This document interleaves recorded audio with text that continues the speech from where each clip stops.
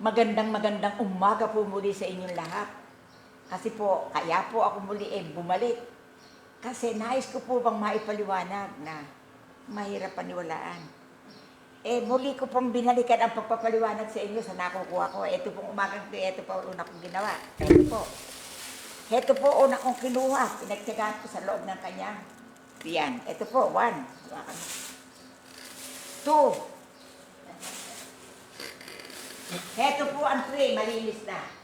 O tayo, ano masasabi mo kuya sa aking ginawa na ito?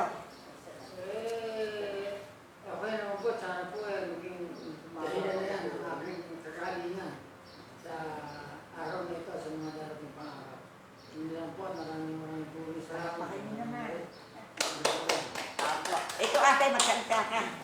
Ano masasabi mo dito? Kundi talaga.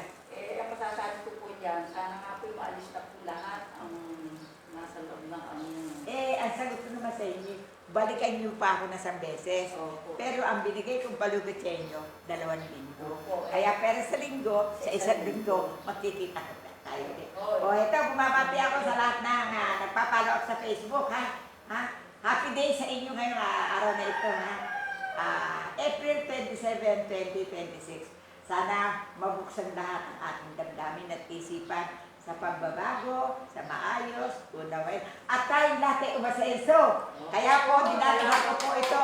Lahat po sa na nakikinig sa akin, biyayaan kami ng Panginoon sa aming mga ginagawa. At namin biyaya. pag subaybay ng ating Panginoon, babay po, babay. Bye po.